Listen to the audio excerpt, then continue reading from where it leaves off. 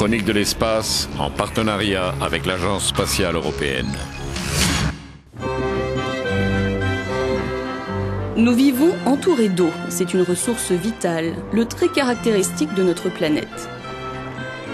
Mais comprenons-nous vraiment d'où vient cette eau? Savons-nous où la trouver dans l'espace et quel est son rôle?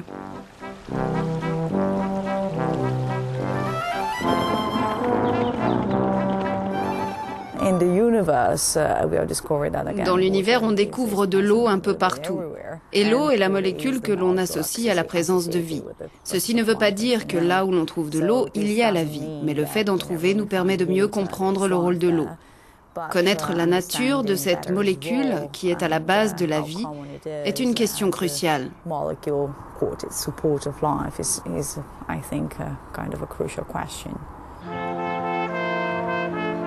Rien de tel qu'un samedi tranquille passé sur la Tamise dans l'ouest de Londres. Giovanna Tinetti aime ce bateau, la Mandoline de son nom. Lorsqu'il a été construit en 1932, les voyages dans l'espace n'étaient alors que de doux rêves.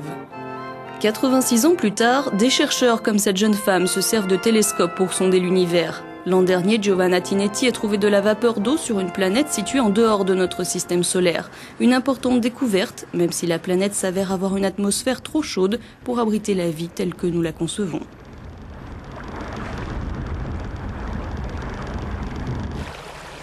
L'eau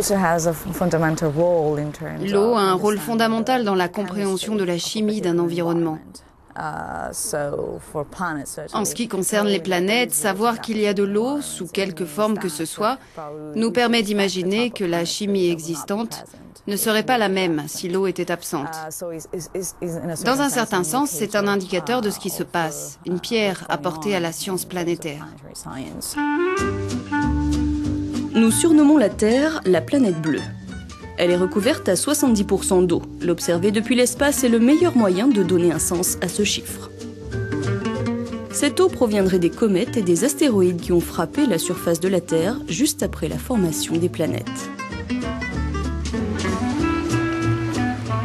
Evin van Disrock est une astrochimiste néerlandaise. Elle s'intéresse tout particulièrement au rôle de l'eau dans le processus de formation des étoiles.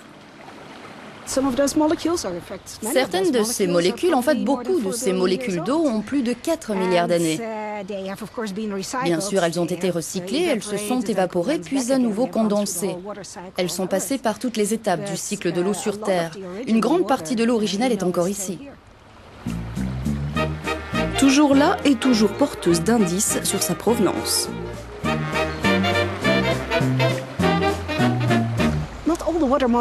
Les molécules d'eau que nous voyons ici dans cette rivière ne sont pas toutes identiques.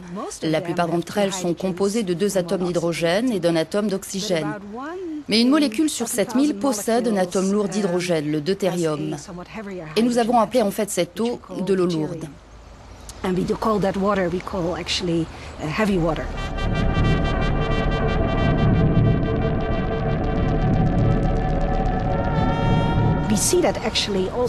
Nous constatons la même chose dans la composition des comètes.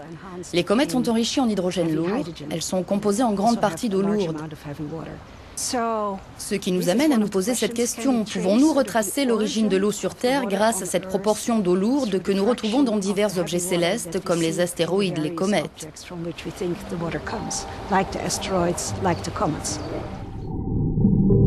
Donc, il serait possible de remonter aux origines de la Terre, de découvrir une partie de l'histoire de notre système solaire, simplement en analysant l'eau.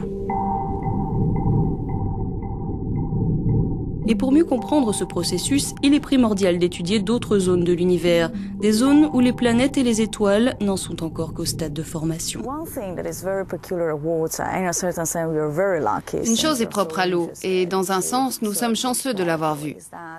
Comme de nombreuses recherches sont menées sur cette molécule, nous nous sommes rendus compte qu'elle avait une empreinte particulière, très visible au spectromètre.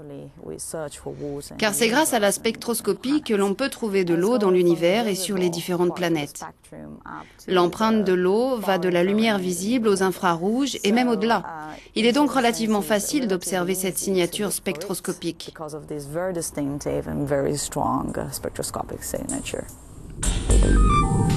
On utilise les télescopes spatiaux pour repérer cette empreinte, cette signature si spécifique.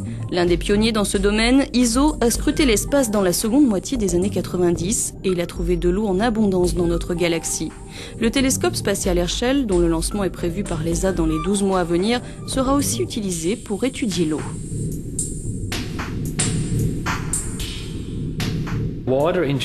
L'eau est extrêmement difficile à observer depuis la Terre à cause de la vapeur d'eau présente dans notre atmosphère. C'est pourquoi aller dans l'espace fait toute la différence. La tension est palpable à Garching en Allemagne près de Munich, car c'est dans ce laboratoire que la doublure d'un des instruments d'Herschel est assemblée. Albrecht Poglicht place de grands espoirs dans ce nouveau télescope.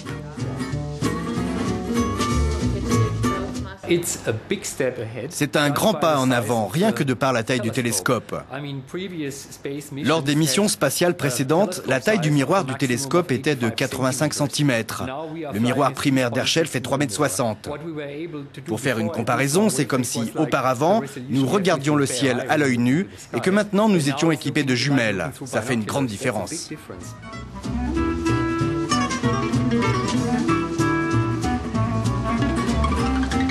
Herschel permettra à Erwin van der Strock d'approfondir la théorie selon laquelle, sans la vapeur d'eau, les étoiles ne pourraient plus naître.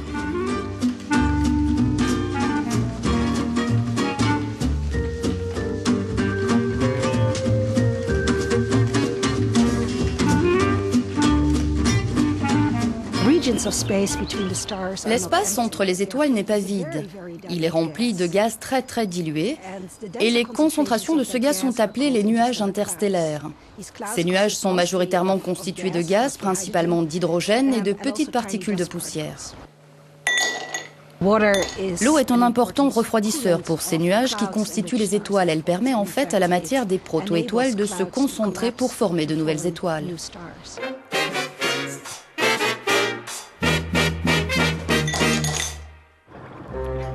Qu'on la retrouve sous forme de glace, de vapeur ou de liquide comme la tamise, l'eau est l'une des molécules les plus répandues et les plus importantes dans l'univers, une pièce clé du puzzle cosmique.